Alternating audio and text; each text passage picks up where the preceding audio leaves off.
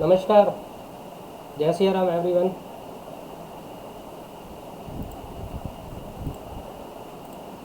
Unmute कर सकते हैं। नमस्कार सर। नमस्कार जी। नमस्कार सर, जय श्री राम। नमस्कार, जय सिया राम। नमस्कार सर। नमस्कार जी। Recording in progress. प्रणाम सर।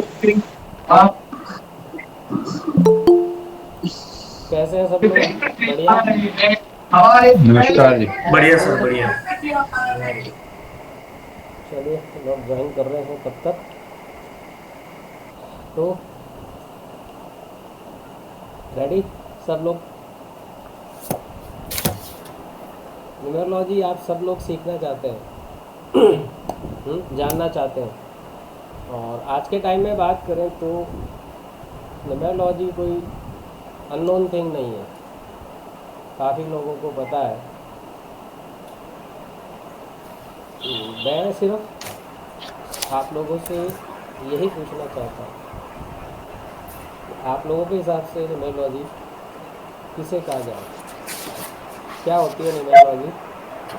थोड़ा सा बताएं मुझे।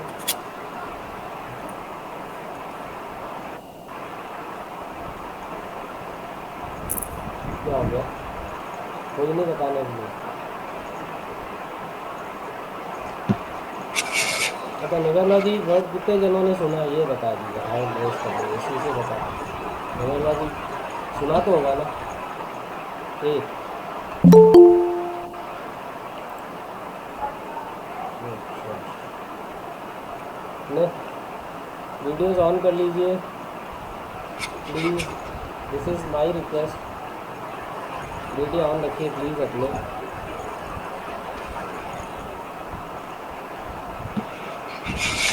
चलिए, मैं बता देता हूँ। सबसे पहले मैं मेरा परिचय दे दूँ। मेरा नाम आचार्य कीर्ति कुमार है। एकाग्र एस्ट्रो वास्तु प्लेटफॉर्म पिछले काफ़ी टाइम से इस तरह की सर्विसेज अवेलेबल करवा रहा है, जिसमें हम कंसल्टेशंस भी करते हैं ऑनलाइन ऑफलाइन। और आवाज़ कम आ रही है? ओके, अभी ठीक है आवाज़? क्या सबको आवाज़ कम आ रही है मेरी? Yes sir. चलिए, तो इसी तरह से जैसे हम कंसल्टेशंस वगैरह जो यहाँ पे प्रोवाइड की जाती है, ऐसे ही हम लोग numerology, astrology, vastu, astro vastu, ये कोर्सेज भी हम लोग प्रोवाइड करते हैं। इसमें फ्री कोर्स भी है और पेड कोर्स भी। सो होपफुली आशा है कि जो भी आप अपना मोटिव लेके आए हैं, भगवान करे, ईश्वर करे, वो आपका मोटिव पूरा हो। और मैं कोशिश करूँगा कि जितना इजी और अच्छे से बता सकूँ उतना बताऊँ मैं आपको। बेसिकली ये जो 5 डेज़ का फ्री ऑनलाइन ये फाउंडेशन कोर्स है, ये बेसिक्स है न्यूमरोलॉजी की, जो आपको एक प्रारंभिक जानकारी, जिसे हम अगर हिंदी में बोले तो ये मिलेगी आपको। फर्स्ट जो है ये आज लाइव होगा। इसके बाद जो रिमेनिंग 4 डेज़ होंगे उनकी आपको रिकॉर्डिंग्स प्रोवाइड की जाएगी। जिन जिन लोगों ने अपनी ईमेल रजिस्टर्ड करवा ली है, उनकी मेल आईडी के ऊपर यूट्यूब की तरफ से वीडियो आएंगे। एकाग्र एस्ट्रो वास्तु लिखा हुआ छोटा होगा, लेकिन यूट्यूब की तरफ से वीडियो आएगा। और उस वीडियो वो तभी ओपन हो पाएगा जो आप लोगों ने हमें मेल आईडी भेजी है। वही मेल आईडी से अगर आप यूट्यूब के अंदर लॉगिन करेंगे अपने मोबाइल में या अपने पर्सनल सिस्टम पे, जिस पर भी, ये वीडियो रिकॉर्डिंग आपके ओपन हो जाएगी बस। नहीं तो क्या होगा, अगर आपने हमें ईमेल दूसरा भेजा है और आपने अगर लॉगिन दूसरी आईडी से कर रखा है, तो वहाँ पे दिस वीडियो इज़ प्राइवेट लिखा हुआ आएगा। ये मैं आपको पहले ही बता देता हूँ ताकि आप लोगों को कोई असुविधा ना हो। और एक और चीज़ बता देता हूँ, जैसा ये 5 डेज़ का कोर्स है, फर्स्ट डे सर लाइव है। मुझे भी सर मुझे भी भेजनी है क्या? नहीं नहीं, आप कर लो। तो ये फर्स्ट डे आपका लाइव रहेगा, बाकी 4 डे जैसा मैंने बताया रिकॉर्डिंग्स प्री रिकॉर्डेड है। और इसके अलावा नेक्स्ट सैटरडे को फिर हम लाइव आप लोगों के सामने आएंगे। और जो ये आप 5 डेज़ का जो भी आपको समझ में आए, उसके अंदर जो भी आपको क्यूरी या आपके कोई भी डाउट्स होंगे वो क्लियर किए जाएंगे। नेक्स्ट सैटरडे को सेम यही टाइम रहेगा और आप अपने क्वेश्चन क्यूरी हमसे आराम से पूछ सकते हैं। सबकी क्वेश्चन क्यूरी का जवाब दिया जाएगा। और आज भी मैं यही कोशिश करूँगा जो आज मैं आप लोगों को बताऊँ। अगर इसमें आपको कुछ पूछना हो तो जब हम सेशन एंड करें उस वक्त आप अपनी क्वेश्चन क्यूरी रख सकते हैं, ठीक है। और एक काम ज़रूर कर लीजिए, आप जितने भी लोग हैं अभी इस स्क्रीन के ऊपर एक नंबर नोट कर लीजिए आप, 9462911338। Again I repeat 9462911338। अब भी मैं आपको 2 मिनट होल्ड करता हूँ सभी को। आप सब जने अपने नाम और अपनी मेल आईडी को मेरे इस पर्सनल जो मैंने नंबर दिया उसके ऊपर आप मुझे भेजिए। उन्हीं लोगों को हम सैटरडे को अलाउ करेंगे जो अभी हमारे साथ हैं। तो प्लीज़ फटाफट से आप 9462911338 के ऊपर अपना नाम अपनी मेल आईडी मुझे भेज दीजिए। बस इतना सा कौन सी बात है सबसे म्यूट ज्यादा रखिएगा प्लीज़, रिक्वेस्ट है म्यूट रख लीजिए ताकि दूसरों को डिस्टर्बेंस नहीं हो। ये हमारी रिक्वेस्ट है आपसे सभी से, प्लीज़ इतना सा मेंटेन कर लीजिए। थोड़ी देर की बात है। अपने नाम के साथ में अपनी मेल आईडी मुझे भेज दीजिए जो मैंने नंबर बताया इस पर। नेक्स्ट सैटरडे को वही लोग इस सेशन के अंदर एंटर होंगे जो आज हमारे साथ में हैं, ठीक है। चलिए फिर अब हम स्टार्ट करें। अब नंबर ग्रुप में ही डाल देना, ये तो नोट नहीं हुआ। आवाज क्लियर नहीं आ रही। अरुण जी, आपको ही आवाज़ क्लियर नहीं आ रही है, बाकी सबको आवाज़ क्लियर आ रही है सर। चलिए मैं आपको ग्रुप के अंदर मैं कोई नहीं, चलो कोई बात नहीं। मैं डाल देता हूँ, नंबर डाल देता हूँ सर, कोई इश्यू नहीं है। ये लीजिए, ये आपके सबके अभी स्क्रीन के ऊपर मैसेज आ जाएगा। आप इस नंबर पे अपने फटाफट से भेज दीजिए, ठीक है। चलिए स्टार्ट करते हैं। तो जैसा मैंने बोला ये फाउंडेशन कोर्स है। यहाँ पे प्रॉपर अभी मैंने बताया है, आप इस नंबर पे अपना नाम के साथ अपनी मेल आईडी भेज दीजिए, बस और कुछ नहीं करना, ताकि हमारे को ये ध्यान रहे कि नेक्स्ट सेशन में हम कौन आ सकते हैं और हमें रिकॉर्डिंग किन लोगों को भेजनी है। ये फ्री कोर्स ज़रूर है, नो डाउट, लेकिन इसे मैं जिस तरीके से कंडक्ट करता हूँ, जो हमारे साथ में ऑलरेडी पहले से ज्वाइन है उनको पता है, मैंने कभी इस कोर्स को फ्री नहीं देखा है। ऐसा नहीं है कि फ्री कोर्स है तो इसमें कुछ नहीं बताना, जैसे अमूमन वेबिनार्स और वर्कशॉप में होता है, वैसा कुछ नहीं होगा। प्रॉपर तरीके से जो है, प्रॉपर फाउंडेशन जो बेसिक्स है वो आपको शेयर की जाएगी आपके साथ। रिकॉर्डिंग्स भी आएगी आपके सामने, आप लोगों को पीडीएफ भी मिलेगा, नोट्स भी मिलेंगे। जो स्क्रीन के ऊपर ड्यूरिंग 5 डेज़ आपकी स्क्रीन के ऊपर जो भी स्लाइड चलेगी उनका पीडीएफ आप लोगों के पास आ जाएगा, ठीक है जी। तो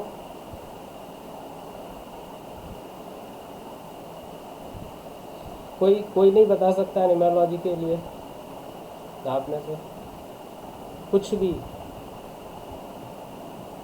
जो समझ में आए वो बोल सकते हैं। देखिए यहाँ पे कोई टीचर स्टूडेंट वाली क्लास नहीं हो रही है। जितना इंटरेक्शन होगा उतना ही आप लोगों को समझने में इजी रहेगा और मुझे बताने में इजी रहेगा। तो मैं चाहता हूँ कि आप सब लोग जैसे पार्टिसिपेट करें, हम लोग को मज़ा आएगा उसमें। नंबर ऑफ लॉजिक्स जी, नंबर ऑफ लॉजिक्स ठीक है। और सर एवरी नंबर क्या अपने प्लैनेट्स के ऊपर ये रहता है, कनेक्टेड रहता है। कनेक्ट विद प्लैनेट, ठीक है, सही बात है। एक और मैसेज था क्या, इज नंबर साइंस सही चीज़ है एकदम से। एग्जैक्टली चीज़ वही है जो आप लोग बोल रहे हैं, जो आपको समझ में आ रही है। हो सकता है शायद आप अपने अपने हिसाब से बता रहे हैं, गलत नहीं है, सब सही बता रहे हैं। मैं उसके अंदर कुछ और ऐड ऑन कर दूंगा, ठीक है। तो चलिए मैं आपको साइड से ही बताता हूँ ताकि आप लोगों को ईजी समझ में आ जाए ये चीज़।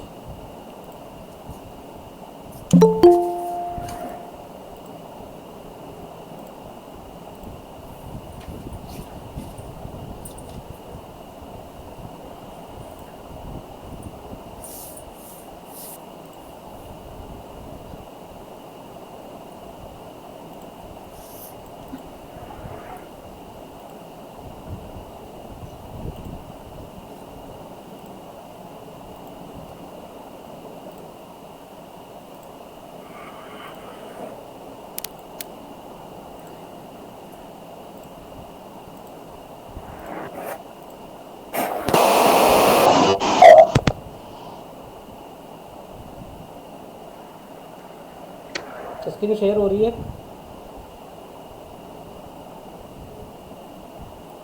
Yes sir. ओके जी, चलिए। तो सबसे पहले मैं सभी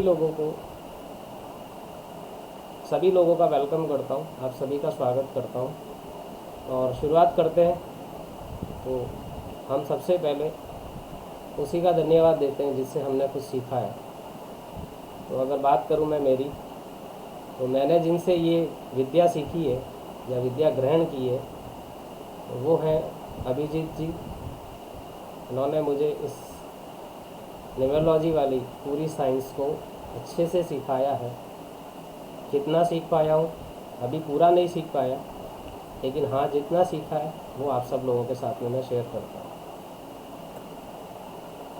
तो जैसा कि ये आप लोगों को पता है 5 डेज़ का ये एक बेसिक कोर्स है जिसमें न्यूमरोलॉजी के बेसिक्स के बारे में बात की जाएगी। तो सबसे पहले कोई भी चीज़ होती है उसका ऑब्जेक्टिव ज़रूर होता है। हम कोई भी काम करते हैं उसका एक ऑब्जेक्टिव ज़रूर होता है। तो जैसे ये कोर्स है इसका ऑब्जेक्टिव है कि जो डेस्टिनी है आपकी लाइफ की, जो डेस्टिनी दी गई है उसको हम इस न्यूमरोलॉजी साइंस के थ्रू जानें और इसी न्यूमरोलॉजी साइंस के थ्रू डेस्टिनी के साथ साथ में उस पर्टिकुलर पर्सन के बारे में, उसके नेचर के बारे में, उसके कोर के बारे में भी हम जान सकते हैं। और इसके साथ में जब हम इस साइंस के थ्रू इस चीज़ को जानें, अपने बारे में जानें, दूसरों के बारे में जानें, तो अपने लाइफ में जो हम पॉजिटिव चेंजेस कर सकते हैं और हमारी यही कोशिश होनी चाहिए कि हम फिर दूसरों की लाइफ में भी पॉजिटिव चेंजेस करें थ्रू दिस साइंस, ठीक है। अब जैसे कि आपको पता होगा कि this is the branch of occult science, पराविज्ञान जिसे बोला जाता है। तो बेसिक जो टाइप होती है ऑकल्ट की, ऑकल्ट साइंस की अगर बात करें तो वहाँ पे दो तरह के टाइप्स हैं या 2 तरह की साइंस है।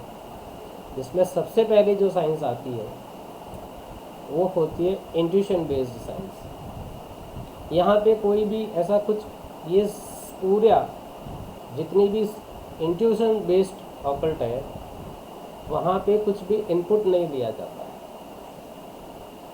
यहाँ पे सिर्फ इंट्यूशंस, पूर्वाभास जिसे बोला जाता है, उसकी मदद से जो भी आपके सामने है, जो भी आपके पास आया है उसको आप फील कर सकते हैं, उनकी प्रॉब्लम को डिकोड कर सकते हैं, डायग्नोज कर सकते हैं और उनको ट्रीट भी कर सकते हैं।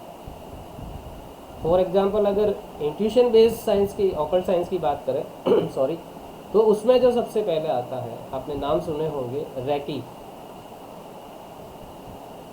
टैरो कार्ड है, रेकी है,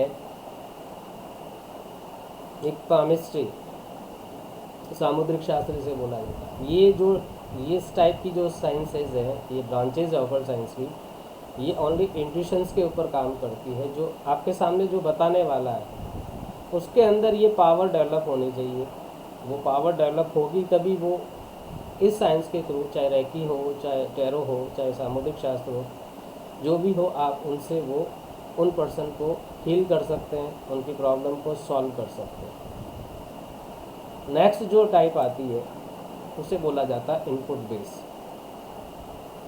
इनपुट बेस जो होगी उसमें सबसे पुरानी, जिसे मदर ऑफ ऑकल्ट बोला जाए, ऑकल्ट साइंस में सबसे जो बड़ी ब्रांच है, जिसकी ये सारी जो चीज़ें बता रहा हूँ ये सब उसकी सब ब्रांचेज आती हैं, उसमें बोला जाता है astrology. Input type of occult के अंदर सबसे बड़ा जो आता है वो है, सबसे पुरानी और सबसे बड़ी वो है ऑकल्ट, सॉरी एस्ट्रोलॉजी, यानी कि ज्योतिष। अब यहाँ पे इनपुट क्या होता है, जब आप किसी भी एस्ट्रोलॉजर के पास अगर जाए अपनी प्रॉब्लम्स को सॉल्व करने के लिए, तो वहाँ पे वो आपसे 3 चीज़ें मांगते हैं।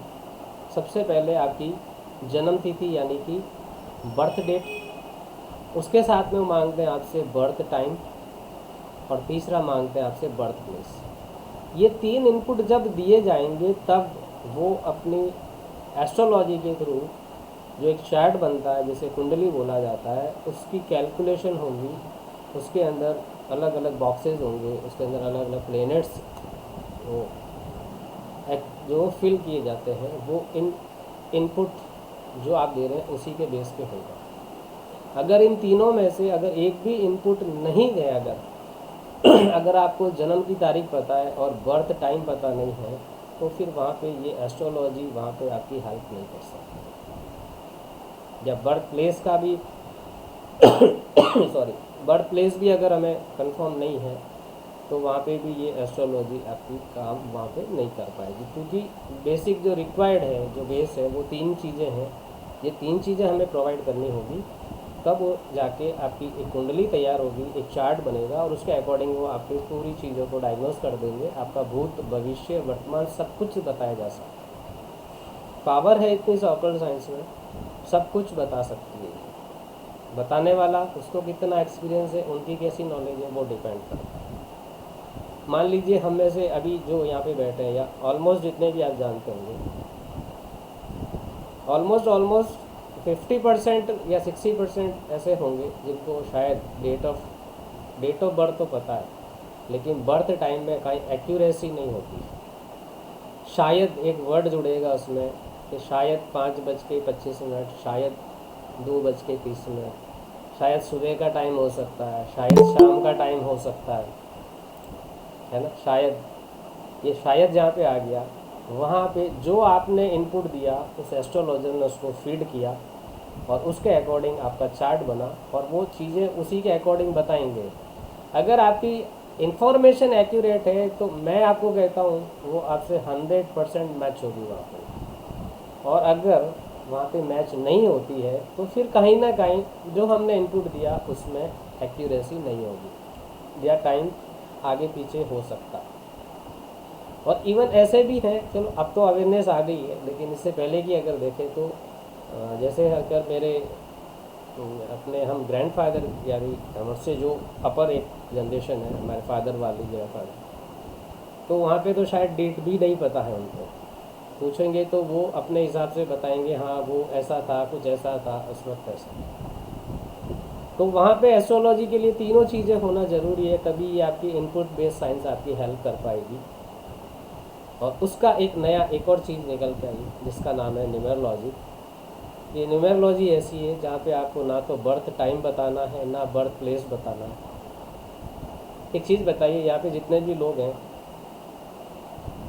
उनको अपनी डेट ऑफ बर्थ तो पता है, तब मान सकता हूँ मैं, और ऐसा कोई नहीं होगा जिसे अपना नाम नहीं पता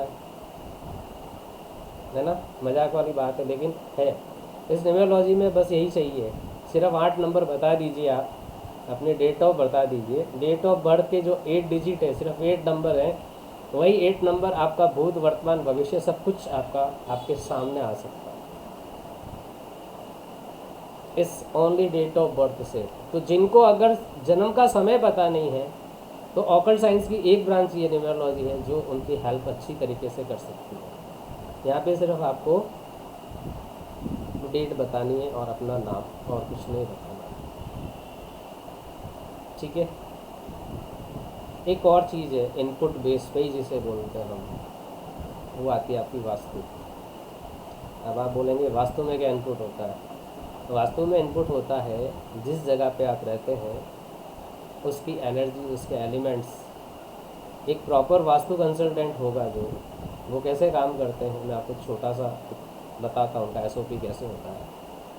कि सबसे पहले जिस घर में या जिस ऑफिस में, फैक्ट्री, जिसका भी आप बनाना चाहते हैं, उसका एक मैप बनता है, ठीक है।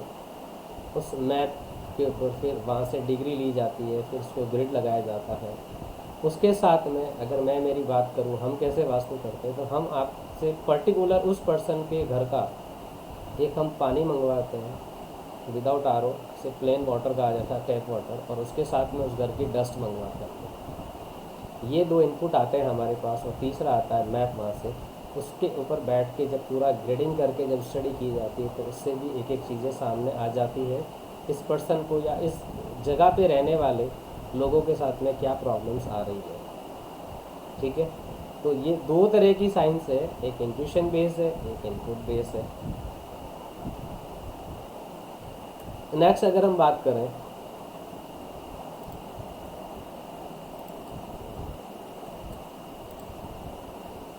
एक मिनट,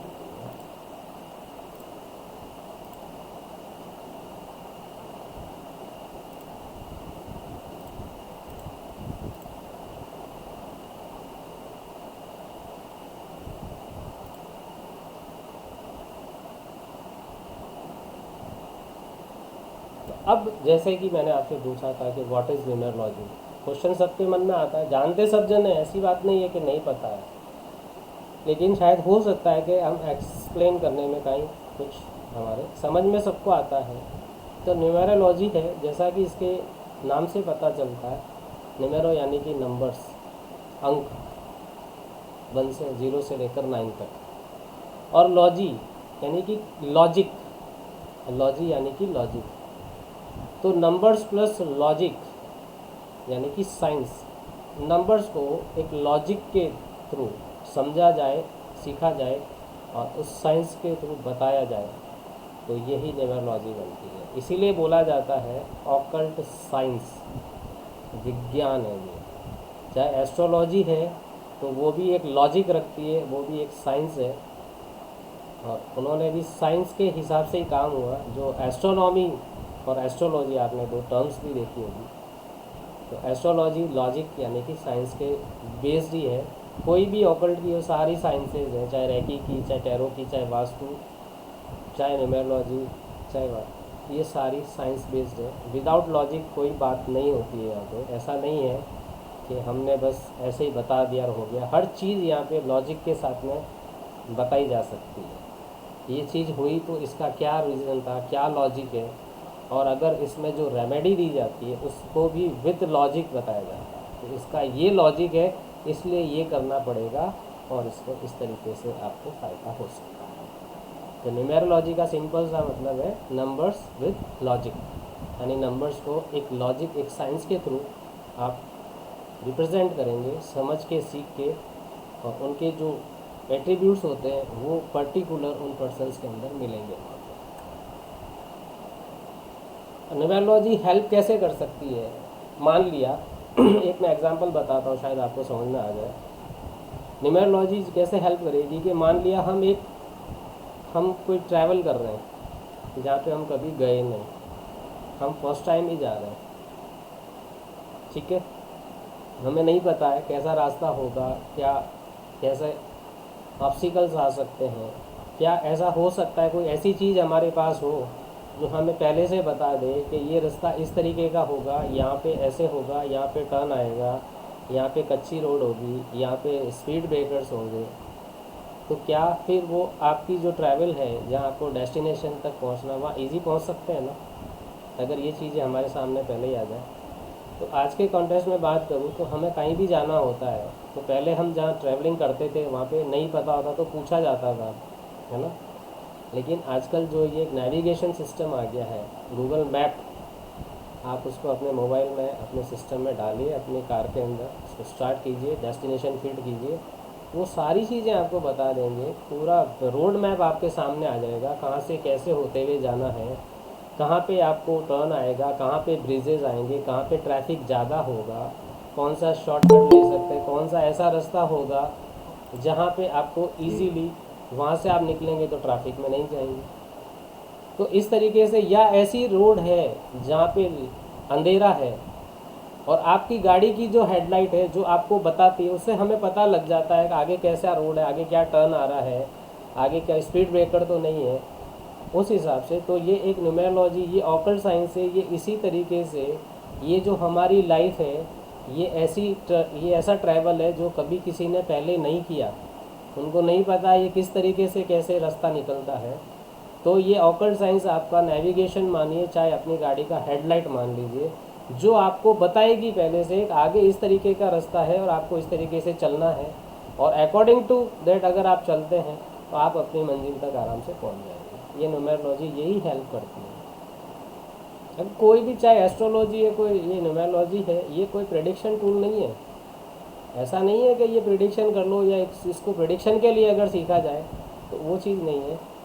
ये सिर्फ यही चीज़ें हैं, ये आपके चाहे एस्ट्रोलॉजी में बात करें, क्योंकि एस्ट्रोलॉजी बेस्ड ऑन प्लैनेट्स, ग्रहों के पर आधारित है। तो ये एस्ट्रोलॉजी ऐसी विद्या है जिससे आप उस प्लैनेट की लैंग्वेज को डिकोड किया जा सकता है। जब उस प्लैनेट की लैंग्वेज को डिकोड किया जाएगा तो समझ में आएगा कि ये ग्रह क्या बोल रहा है, और अगर उसके अकॉर्डिंग आप एक्ट करेंगे तो 100% आपकी लाइफ एकदम ईजी होगी। न्यूमेरोलॉजी के अंदर भी यही होगा कि जो ये नंबर्स हैं, ये अंक जैसे बोलते हैं, अंक बोलते हैं, ये बोला जाता है, वाकई में अंक बोलते हैं। हमें उनकी लैंग्वेज सीखनी, हमें उनकी लैंग्वेज को सीखना पड़ेगा। जिस दिन हम सीख जाएंगे हमें ये पता चल जाएगा ये नंबर क्या बोल रहा है,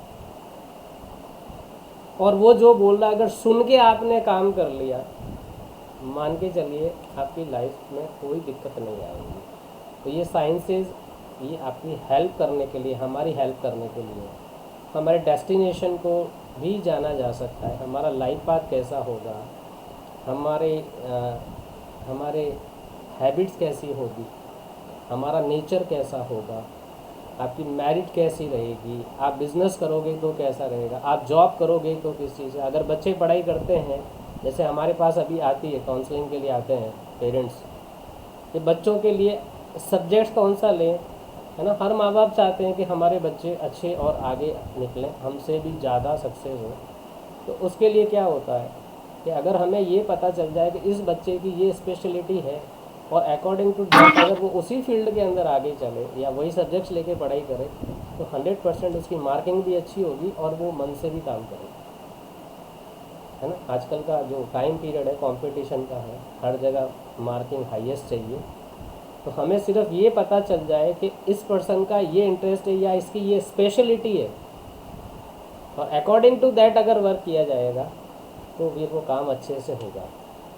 होता ये है कि काम उनको दूसरा करना है, कर कुछ और लेते हैं। फिर होता है कि उनको जो चाहते हैं वहाँ उस पोजीशन तक नहीं पहुँचते हैं, और मन के अंदर एक डाउट आने लग जाता है कि अरे मेरे साथ ऐसा क्यों हो रहा है, या जैसे किस्मत को या भगवान को यही चीज़ के मेरे साथ ऐसा क्यों हो रहा है, मेरा लक ऐसा नहीं है, मेरी किस्मत अच्छी नहीं है। ऐसा कुछ नहीं है।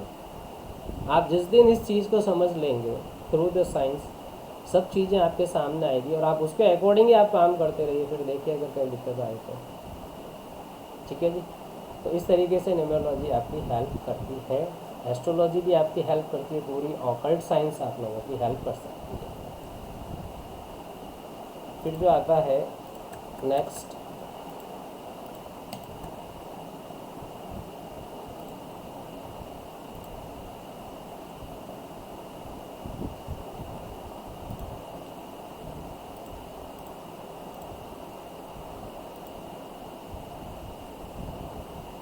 हाउ न्यूमेरोलॉजी वर्क, यानी न्यूमेरोलॉजी काम कैसे करती है। तो जैसा मैंने बताया आपको, न्यूमेरोलॉजी नंबर्स के ऊपर काम करती है, और नेम यानी कि अल्फ़ाबेट्स। तो न्यूमेरोलॉजी के अंदर वाइब्रेशंस, नंबर्स की वाइब्रेशन और अल्फ़ाबेट की वाइब्रेशन होती है, उनको चेक किया जाता है, उनकी फ्रिक्वेंसी देखी जाती है।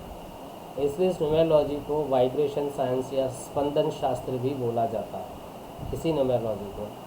वाइब्रेशन साइंस या स्पंदन शास्त्र भी बोलते हैं, क्योंकि ये नंबर और अल्फ़ाबेट यानी नेम की उनकी वाइब्रेशंस, उसकी फ्रिक्वेंसीज चेक की जाती है, वो बैलेंस है या नहीं है। उनको बैलेंस, जैसे कोई भी चीज़ आपकी बैलेंस हो जाएगी तो वो चीज़ें आपकी लाइफ में सही तरीके से चलने लग जाएंगी।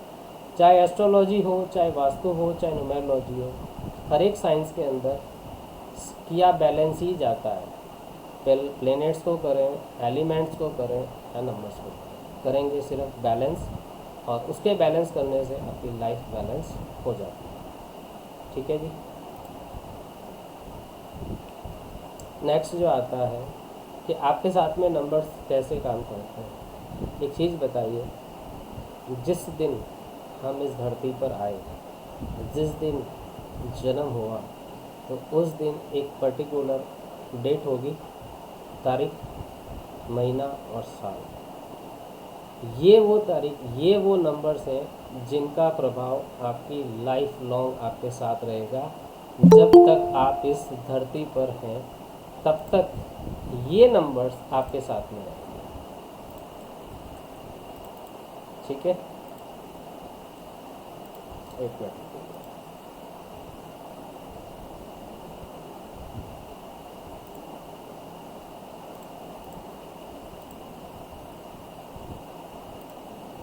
तो सबसे पहला जो नंबर आपके साथ में आता है, जैसे मैंने बताया, वो है आपकी डेट ऑफ बर्थ यानी कि जन्म तारीख। ये ऐसे नंबर्स हैं, 8 डिजिट आपके पास, ये वो है जो आपकी लाइफ का, आपके जीवन का पूरा लेखा जोखा बता सकती है। ये 8 नंबर आपकी जीवन को पूरा डिस्क्राइब कर सकते हैं। इवन प्रेजेंट को भी कर सकते हैं और पास्ट को भी कर सकते हैं। और न्यूमेरोलॉजी के अंदर इतनी पावर है कि ये आपकी पास्ट लाइफ को भी डिकोड कर सकती है।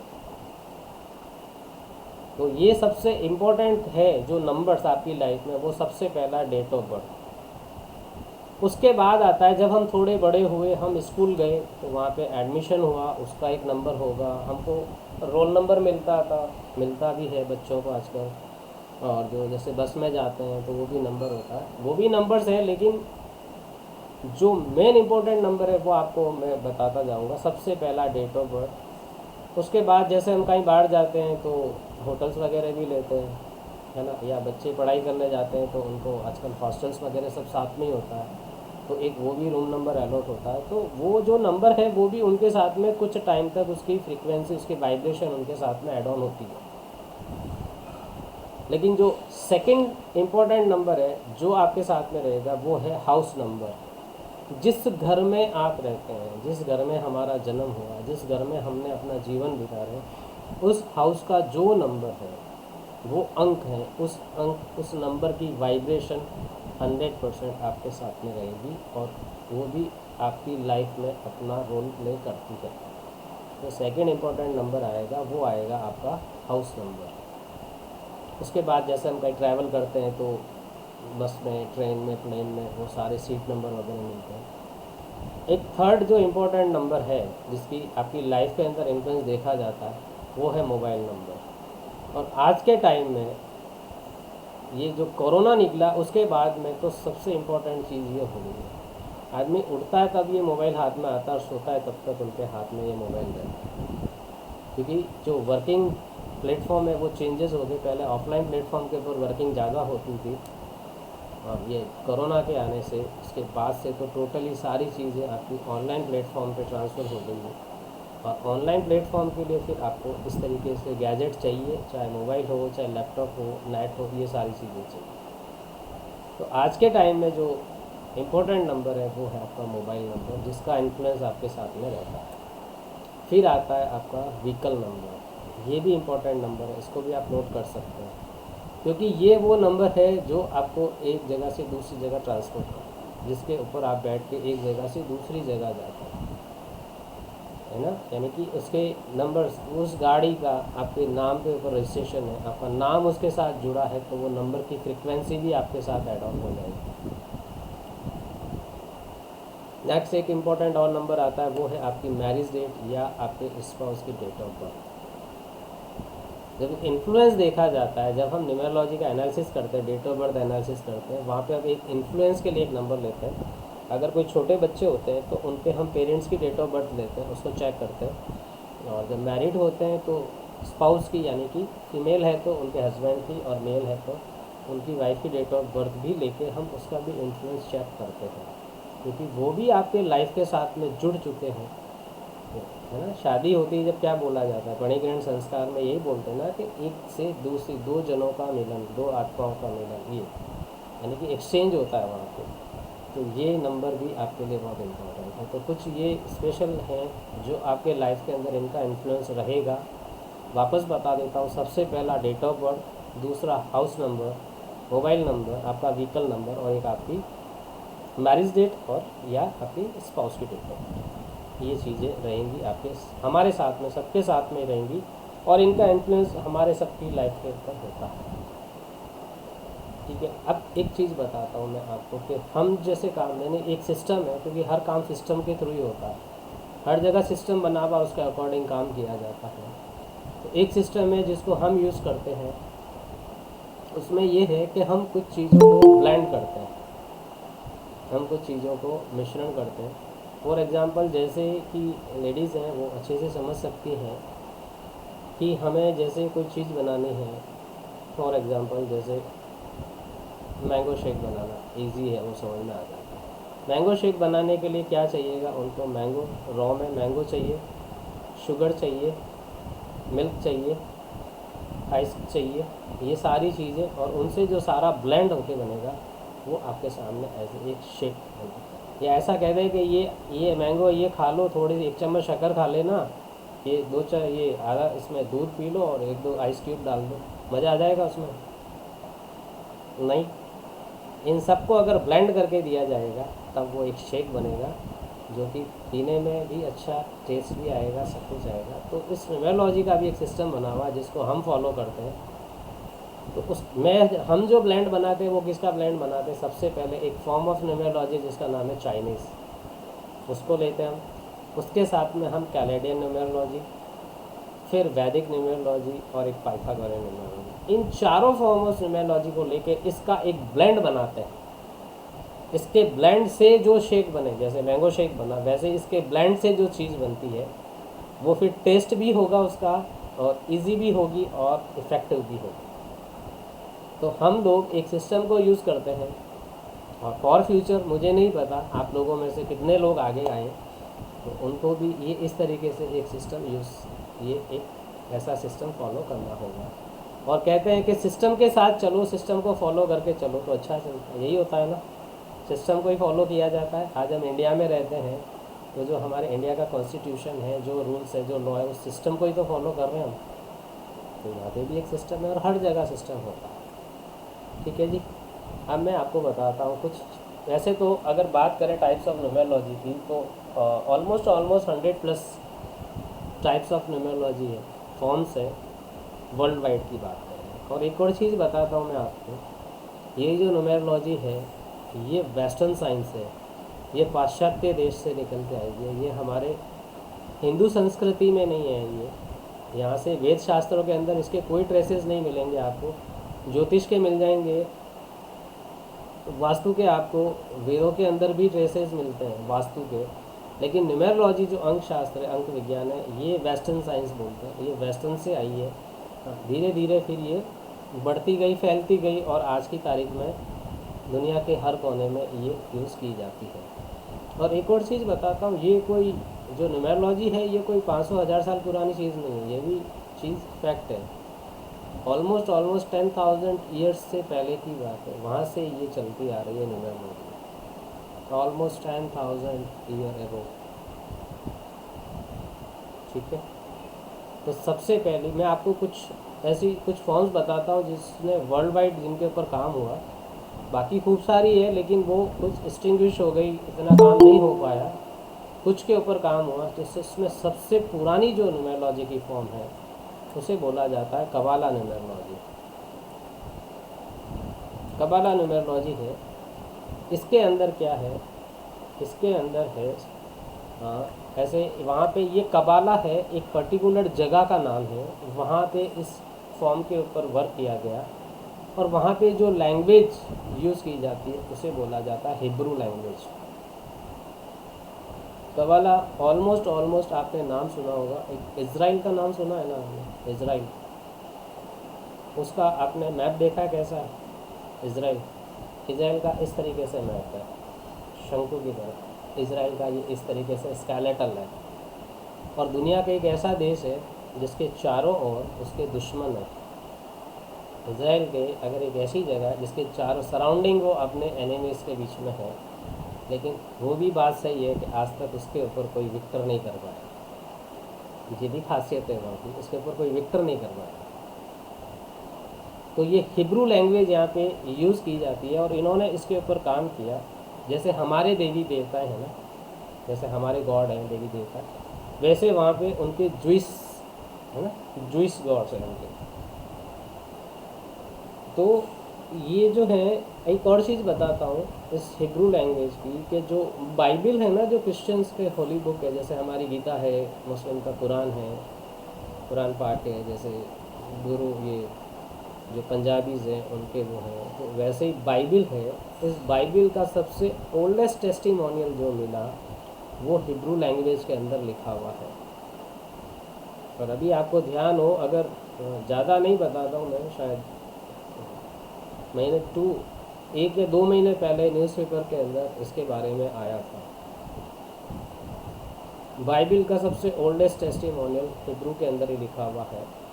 तो 22 हिब्रू अल्फ़ाबेट्स हैं, उनके जूइश गॉड्स हैं जिनको उन्होंने उससे अटैच किया था। एक चीज़ बताता हूँ, जितने भी न्यूमरोलॉजी की फॉर्म्स के ऊपर काम किया गया ना, वहाँ पे कोई डेट ऑफ बर्थ का कॉन्सेप्ट नहीं था। डेट ऑफ बर्थ का कोई कॉन्सेप्ट नहीं था वहाँ पे सिर्फ नंबर्स और अल्फ़ाबेट, उनकी वाइब्रेशन को डिकोड करना, उसको कनेक्ट करना, यही चीज़ की गई थी। ठीक है, तो इनके जैसे जो देवी देवता, जो इनके देवता थे, उनके अकॉर्डिंग इन्होंने हर एक अल्फ़ाबेट को कनेक्ट किया। तो जो ये हिब्रू लैंग्वेज के अंदर बाइबल लिखी हुई थी, तो बहुत शॉर्ट उसमें लिखा हुआ था, लेकिन इनको ये चीज़ समझ में आ गई थी कि बाइबल है जिसके अंदर जीवन का सार है, तो इतने कम शब्दों के अंदर तो नहीं हो सकता। उन्होंने ये समझा कि इस शब्द के अंदर ही बहुत सारी चीज़ें छुपी हुई है, और इनको डिकोड करने के लिए इन्होंने वर्क किया। सबसे ओल्डेस्ट जो फॉर्म है यही है, और आज ये एस्टिंग्विश हो चुकी है। उसका रीज़न बिहाइंड ये था कि जो ये हिब्रू लैंग्वेज है वो बहुत टिपिकल है, और एक बहुत लिमिटेड उस क्षेत्रफल के अंदर या उस लोकेशन के ऊपर इसको यूज़ किया जाता है, बाकी इसको हिब्रू को यूज़ नहीं किया जाता। तो हिब्रू किसी को समझ में इजीली नहीं आ पाती है, इसलिए ये मतलब ज़्यादा इसका विस्तार नहीं हो सका, और धीरे धीरे ये ख़त्म हो गई। नेक्स्ट जो फॉर्म ऑफ न्यूमरोलॉजी आती है उसे बोला जाता है अब्जा न्यूमरोलॉजी।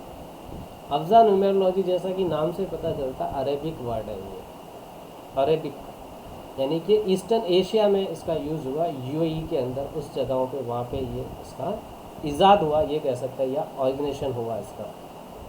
तो इसके अंदर 2 चीज़ें समझ में आती है, एक है इल्म उल शिफर और एक है इल्म उल हरफ। इल्म जैसा एक उर्दू वर्ड है, इल्म यानी कि ज्ञान, शिफर यानी कि नंबर, अंक।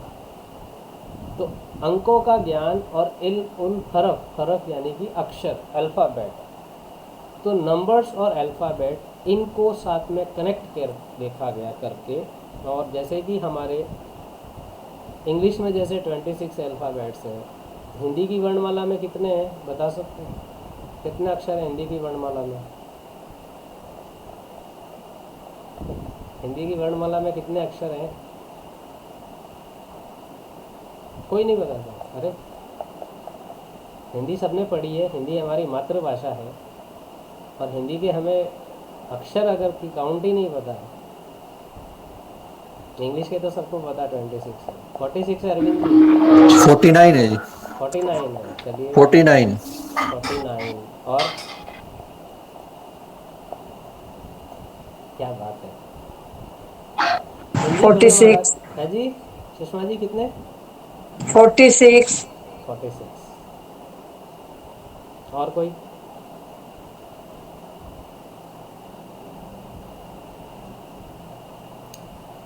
हिंदी वर्णमाला के अंदर 52 अक्षर, 52। तो ऐसे ही ये जो अब्जा न्यूमरोलॉजी, जहाँ पे अरेबिक उर्दू लैंग्वेज यूज़ की गई, वहाँ पे 28 अल्फ़ाबेट्स होते हैं। जैसे हिब्रू में 22, इसके अंदर 28 अल्फ़ाबेट्स हैं। तो यहाँ पे इन्होंने नंबर्स और उन अक्षर की जानकारी, उनकी वाइब्रेशन को कनेक्ट करके चेक किया, इसके ऊपर काम हुआ और ये थोड़ी बढ़ी आगे, लेकिन इतना नहीं बढ़ पाएगी। अफ़ज़ा भी इसके ऊपर काम अच्छा हुआ, नो डाउट, लेकिन ये भी ऑलमोस्ट उसी लेवल के ऊपर आ चुकी है, क्योंकि जिन्होंने काम किया वो शायद है नहीं, और उनको जो आगे जो करने वाले हैं वो इतना नहीं कर पा रहे हैं। इसलिए ये भी एक तरह से अगर देखें तो हम ये भी एक डिस्टिंग्विश लेवल के ऊपर आ चुकी है। नेक्स्ट जो आता है टाइप्स ऑफ न्यूमेरोलॉजी, वो है पाइथागोरियन न्यूमेरोलॉजी। पाइथागोरियन जो हमने 10th के अंदर सबने पाइथागोरस थ्योरम जरूर पढ़ी है। हमने पाइथागोरस थ्योरम पढ़ी है ना 10th की मैथ्स में सबने। ये वही है मैथमेटिशियन 6th सेंचुरी के ग्रीक के, ये पाइथागोरस है मैथमेटिशियन। यानी कि ये इन्हें क्या है कि इनको नंबर्स, यानी मैथमेटिक्स तो है ही है अंकों के, इसके साथ में ये नंबर्स के साथ में इनको म्यूज़िक का बहुत शौक।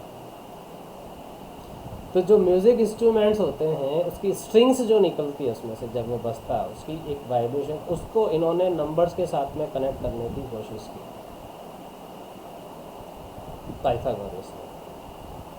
और पाइथागोरस न्यूमेरोलॉजी के लिए इन्होंने क्या किया, मोर देन 2 डिकेड्स, यानी कि 2 दशक से भी ज़्यादा इजिप्ट के अंदर गए ये। वहाँ पे आपने देखा होगा पिरामिड, सुना है ना आप सब ने, पिरामिड।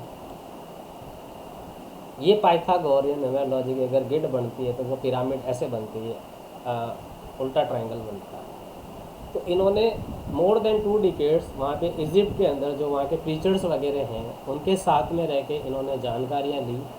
और जहाँ पे आपको पता है पिरामिड्स के अंदर चीज़ों को प्रिजर्व किया जाता था ना, बॉडीज़ वगैरह भी प्रिजर्व की जाती थी। तो वहाँ पे इन्होंने इस चीज़ की जानकारी ली और उसके साथ में अपने इस नंबर्स के उन्होंने प्ले करके, और आज पाइथागोरियन न्यूमेरोलॉजी बहुत अच्छे से काम कर रही है। इसको अभी हम देखें तो हमारे जो साउथ इंडिया का पार्ट है, इंडिया में साउथ का जो पार्ट है, वहाँ पे पाइथागोरस न्यूमेरोलॉजी को यूज़ किया जाता है, नो डाउट। ठीक है।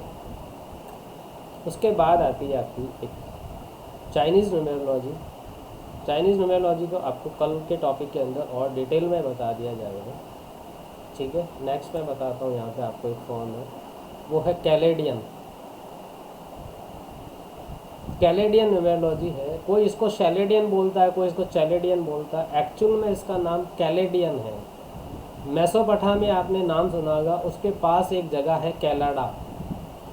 मेसोपोटामिया के पास एक जगह है कैलेडा, और वहाँ के लोगों ने इसके ऊपर काम किया, इसलिए इसको कैलेडियन न्यूमेरोलॉजी बोला जाता है। और ये अपनी एस्ट्रोलॉजी से बहुत क्लोज है। एस्ट्रोलॉजी से कैलेडियन न्यूमेरोलॉजी बहुत क्लोज रही है, क्योंकि इसके ऊपर जो काम किया, आपने नाम सुना होगा कीरो, कीरोमैंसी सुना है नाम किसी ने, कीरो। कीरो एक ऐसे पर्सन है जिन्होंने इस न्यूमेरोलॉजी के ऊपर काम किया। और कीरो, बेसिक बता दूं, ये न्यूमेरोलॉजिस्ट नहीं थे। इनको ऐसे न्यूमेरोलॉजी की इन्होंने एक बुक लिखी हुई है, और न्यूमेरोलॉजी की जो सबसे बड़ी रेमेडी होती है, जिसे हम नेम करेक्शन या नेम बैलेंसिंग बोला जाता है, जो हमारे बड़े बड़े फिल्म स्टार वगैरह, क्रिकेटर, बॉलीवुड एक्टर हैं, जो स्पोर्ट्स पर्सन, वो सब लोग ये यूज़ कर रहे हैं, न्यूमेरोलॉजी से कंसल्ट करते हैं, उनके अकॉर्डिंग काम भी कर रहे हैं। तो जो सबसे बड़ी रेमेडी है वो है नेम बैलेंसिंग। तो नेम बैलेंसिंग जो की जाती है, कीरो की एक बुक, कीरोमैंसी है, इनकी एक बुक भी है, उससे अंदर कैलेडियन एक टेबल बनी हुई है, उसके अकॉर्डिंग ही नेम करेक्शन किया जाता है। तो जो कीरो की अगर बात करूँ मैं, कीरो बेसिकली अगर बात करें तो इनकी मदर पामिस्ट थी, पामिस्ट करती थी, यानी उनको पामिस्टा। और जैसे अभिमन्यु ने अपनी माँ के गर्भ में चक्रव्यूह को समझ लिया था, जैसे अर्जुन ने जो बात किया था उससे उन्होंने सीखा, वैसे ही कीरो ने अपने माँ के गर्भ में से ये पामिस्ट्री वाली साइंस सीख ली थी। और ये फिर जैसे ही आए, थोड़े बड़े हुए, और ये चीज़ें जैसे जो जन्मजात जो गुण विकसित हुए, फिर इन्होंने उसके हिसाब से लोगों के हाथ में देख के और बताना चालू कर दिया, वो चीज़ें सच होने लग गई। फिर इन्होंने क्या किया, कीरो, ये ज़्यादा एस्ट्रोलॉजी से हमारी कनेक्ट इसलिए है कि कीरो इंडिया में आए थे। इंडिया में आके इन्होंने काफ़ी मतलब अपनी इस नंबर्स वाली चीज़ों को एस्ट्रोलॉजी के साथ में कनेक्ट करने की कोशिश की। और इंडिया के अंदर, मुंबई के अंदर एक पंडित जोशी जी हुआ करते थे। पंडित जोशी जी के साथ में इन्होंने रह के कुछ काम किया, क्योंकि बाकी जो हमारे शास्त्रीय विद्वान थे उन्होंने इस चीज़ को नकार दिया था, एक सिरे से खारिज कर दिया था कि नहीं भाई ऐसा कुछ नहीं होता है, जो है ये सिर्फ सेलेस्टाइन स्ट्रक्चर है, जो ये हमारा प्लैनेट्स वाली जो अंतरिक्ष जो है ये यही काम होता है, ये नहीं होता है। लेकिन धीरे धीरे इन्होंने जोशी जी से सीखना, मतलब एस्ट्रोलॉजी के बारे में जानकारी, और जब बैठ के बात करते थे तो उनके साथ में ये अपनी चीज़ भी रख देते और धीरे धीरे वो चीज़ें मैच होने लगी। तो इसमें इन्होंने जो कैलेडियन वाली न्यूमरोलॉजी है, इसीलिए वो हमारे एस्ट्रोलॉजी के बहुत क्लोज है। और इंडिया में अगर बात करूँ, और इंडिया के सिर्फ एक ही पर्सन है जिन्होंने इसके ऊपर वर्क किया, उनका नाम है पंडित सेतुरमन जी। पंडित सेतुरमन जी है जिन्होंने इस न्यूमरोलॉजी के ऊपर वर्क किया, स्पेशली इसी ब्रांच के अंदर। अगर पेशे की, उनकी अगर प्रोफेशन की बात करें तो ये मतलब यूडीसी का, मतलब क्या बोलते हैं इसको, एलडीसी यूडीसी होते हैं ना जो, वैसे ये अंग्रेज़ों के, मतलब जो ब्रिटिश टाइम में था वहाँ पे ये नौकरी करते थे, क्लर्क वाली नौकरी करते थे। और इनको कुछ इंट्यूशंस भी था इनके पास में, तो ये बताते थे कि भाई आप ये ऐसे प्लान करो, इस दिन आपको अटैक करना है तो इस तरीके से करो, इस टाइम पे जाके करो, और वो चीज़ें सक्सेस होती थी, वो चीज़ें एक्यूरेट सेट होती थी। तो सब फिर धीरे धीरे इनके पास आके इनसे पूछते थे, हाँ भी अब बताओ कैसे करना है, कब करना है। ये चीज़ें करते करते ये काफ़ी चीज़ें फेमस हो गए। फिर इनके क्या हुआ कि जब आदमी को लगता है कि मैं कह रहा हूँ जो सब चीज़ें सही हो रही है, तो क्यों नहीं मैं मेरे ऊपर भी अप्लाई करूँ। तो इन्होंने क्या किया, सेतुरमन जी ने फिर अपने लिए कुछ चालू किया, यानी कि जैसे इनके पास पहुंच गया कि भाई ये आज ये मैं लॉटरी कर रहा हूँ, या मुझे कोई ऐसा बताओ कि ये नंबर है, इसके ऊपर करो पैसा, और आता था लोगों का। तो ये कहते थे लोग अगर मेरे कहने से पैसा कमाते तो मैं भी तो कमा सकता हूँ। तो इन्होंने क्या किया, इन्होंने खुद ने अपना वो चालू कर दिया। तो उससे हुआ ये कि जो इनकी जो बातों की जो वाणी, जो सही वाणी सिद्ध जिसे बोलते हैं वो होती थी, या जो वो धीरे धीरे सब उल्टी पड़ने लग गई, और जो विद्या है ये धीरे धीरे डाउन होने लग गई। उनको समझ में नहीं आया कि ऐसा क्या हो रहा है। फिर किसी ने उनको बताया कि ये आपका प्रारब्ध भी हो सकता है, कोई ज़रूरी नहीं है कि जो आप चीज़ें दूसरों को बताते हो और वो सही होती है वही आप काम कर लो, नहीं हो सकता। तो इसीलिए ये आपका हो सकता है इस विद्या में आपको, मतलब ये डाउन आ रहा है। तब इन्होंने वापस से वही तरीके से काम चालू किया, और उसके बाद इन्होंने इसके ऊपर रिसर्चिंग चालू कर दी। वन पर्सन ही अपने इंडिया से जिन्होंने इस न्यूमरोलॉजी के ऊपर जो काम किया, पंडित सेतुरमन जी। और बहुत अच्छी इनकी नॉलेज, और इन्होंने बहुत अच्छी रिसर्च की है। अगर मैं एक ही चीज़ कहता हूँ, अगर कोई न्यूमरोलॉजी के अंदर है, फील्ड के अंदर, न्यूमरोलॉजी फील्ड के अंदर अगर काम करना चाहता है, सेतुरमन जी को जानते भी है जो करते हैं वो, और जो करना चाहते हैं वो इनको ज़रूर इनके बारे में पढ़ें और समझें, बहुत हेल्प मिलती है। ठीक है। उसके बाद जो आता है वो आता है आपका वैदिक न्यूमरोलॉजी। जैसा कि नाम है इसका वैदिक न्यूमरोलॉजी, तो वैदिक न्यूमरोलॉजी हमारी एस्ट्रोलॉजी के साथ में कनेक्ट है, वैदिक शास्त्र के साथ में कनेक्ट है। क्योंकि जब ये जितने भी फॉर्म्स, ये जितने भी न्यूमरोलॉजी के ऊपर काम हुए, ये हमारे आउट ऑफ, मतलब बाहर थे, क्योंकि ये वेस्टर्न थी, ये बाहर के देशों में चलती रही। तो जो हमारे ये हिंदू शास्त्री हैं, जो भी विद्वान हैं, जो इतने इन्होंने ये ज्योतिष के अंदर, एस्ट्रोलॉजी के अंदर, वैदिक के अंदर इतना काम किया, उन्होंने कहा कि हम भी क्या इस चीज़ को देखते तो हैं, हम भी कुछ करते हैं। तो एक ये दो चीज़ों का मिश्रण किया गया, न्यूमरोलॉजी के साथ में एस्ट्रो को मिक्स, वैदिक को इंक्लूड किया गया, और इसके इंक्लूड से जो एक फॉर्म बनी जो वैदिक न्यूमरोलॉजी है। और आज के टाइम की अगर बात करें, मोस्ट एक्यूरेट आपकी एनालिसिस बनती है इस वैदिक न्यूमरोलॉजी के थ्रू। इसके अंदर योग बनते हैं। फॉर एग्जांपल है, जैसे मैं आपको बताता हूँ, एक चाइनीज़ जैसे ये न्यूमरोलॉजी है, इसके अंदर 8 योग है टोटल, 8 या 12 योग होते हैं, 12। लेकिन वैदिक न्यूमरोलॉजी एक ऐसी है जिसके अंदर 51 योग बनते हैं। अब एक चीज़ बताइए, कोई चीज़ को आप 8 तरीके से देख के एक चीज़ उसके विश्लेषण करें, और एक किसी चीज़ को 51 तरीके से हर एंगल से चेक करके और उसके बाद जो आप एनालिसिस करेंगे तो एक्यूरेसी किस में ज़्यादा आएगी? 51 वाले में आएगी, नेचुरली है।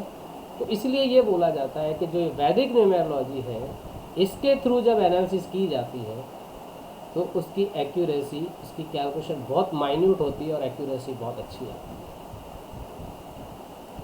ठीक है, तो ये कुछ फॉर्म्स है न्यूमेरोलॉजी की जहाँ पे वर्ल्ड वाइड प्रैक्टिस की गई, कुछ एक्सटिंग्विश हो गई और कुछ जो है वो अभी चल रही है, जिसमें पाइथागोरियन है, पाइथागोरस है, और इसके साथ में चाइनीज़ न्यूमेरोलॉजी है जिसमें आपने नाम आजकल बहुत है, Lo Shu grid, Lo Shu grid, Lo Shu grid हर जगह आप सुनते होंगे।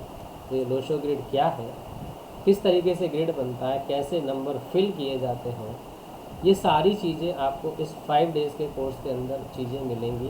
कैसे लोशो ग्रिड है, कैसे काम करेगी, नंबर्स कैसे जाएंगे, आपकी डेट ऑफ बर्थ क्या है, आप किस नंबर से गवर्न होते हो, उसके साथ में कौन सा प्लेनेट अटैच है, आपके नेचर के अंदर किस ग्रह की प्रधानता रहेगी, आपकी लाइफ कैसे चलेगी, मैच करेगी या लाइफ में ऑब्स्टिकल्स आएंगे, वो सारी चीज़ें आपके सामने इसी के अंदर आप समझेंगे, देखेंगे, सीखेंगे।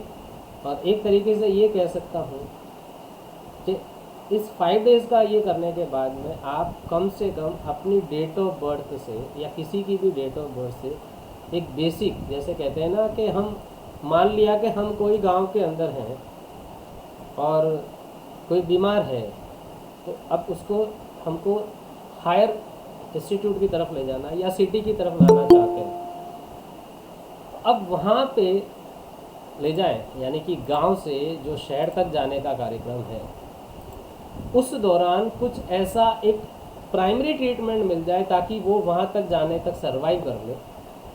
तो ये जो बेसिक फाउंडेशन है ये आपका वो काम करेगा कि एक स्टार्ट लेवल के ऊपर उसका इलाज हो सकता है। जो आपकी डेट ऑफ बर्थ होगी उसके अकॉर्डिंग आप पहले पहचानोगे कि क्या चीज़ है, कैसे लाइफ है, और अगर कोई चीज़ गड़बड़ है तो उसको किस तरीके से सही करना है। ये आपको बेसिक नॉलेज इस कोर्स के अंदर पूरे 5 डेज़ के अंदर पूरी मिलेगी, ये मैं आपसे प्रॉमिस करता हूँ। ठीक है, एक नंबर के, खाली एक नंबर से भी आप बहुत कुछ पता कर सकते हैं, सिर्फ एक नंबर से। किसी की भी डेट ऑफ बर्थ होगी, उसके नंबर होंगे, उस नंबर्स के थ्रू सिर्फ 8 डिजिट है, 2 आपकी बर्थ डेट की, 2 आपके बर्थ मंथ की, 4 आपके बर्थ ईयर, जिसमें से 2 सेंचुरी के होंगे, 2 बर्थ ईयर होंगे, टोटल 8 नंबर। ये 8 नंबर किसी भी व्यक्ति के बारे में आपको सब कुछ बता सकते हैं, सब कुछ। इतनी पावर है इस न्यूमेरोलॉजी या इस अंक विज्ञान में, क्योंकि है ये विज्ञान बेसिक, लॉजिक के साथ में चलेगी, तो उस हिसाब से इसके रिजल्ट भी उसी हिसाब से देंगे। ठीक है, तो बस आप 5 दिन इसको प्रॉपर तरीके से कीजिए, आपको रिकॉर्डिंग्स मिलेंगी, आप लोगों को इसके नोट्स भी मिलेंगे, और नेक्स्ट सैटरडे को हम लाइव वापस आपके साथ में जो भी आपके क्वेश्चन हो सब नोट कर लेना, मैं आपके सारे क्वेश्चन जो भी पूरी होगी उन सब के जवाब देंगे। अब बताइए, अगर किसी का कुछ भी क्वेश्चन है तो कुछ भी पूछना चाहे आप मेरे से पूछ सकते हैं, बताइए। सुषमा जी आप बताइए, अनम्यूट कीजिए।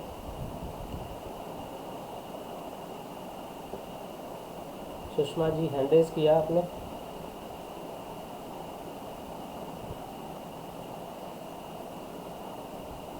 किसी का कुछ भी क्यूरी, कुछ भी पूछना चाहे वो पूछ सकते हैं। नहीं, क्लियर है यहाँ तक सारा? चलिए, तो फिर आज ये आपका ये यहीं पे हम इसको कंक्लूड करते हैं, और कल से आपको नेक्स्ट फर्दर जो भी होंगे 4 डेज़ आपको पूरा, जैसे जो आपको कंटेंट्स बताए गए हैं वो सारे आपके सामने आएंगे। ज्योति जी पूछना कुछ बताइए। अनम्यूट कीजिए।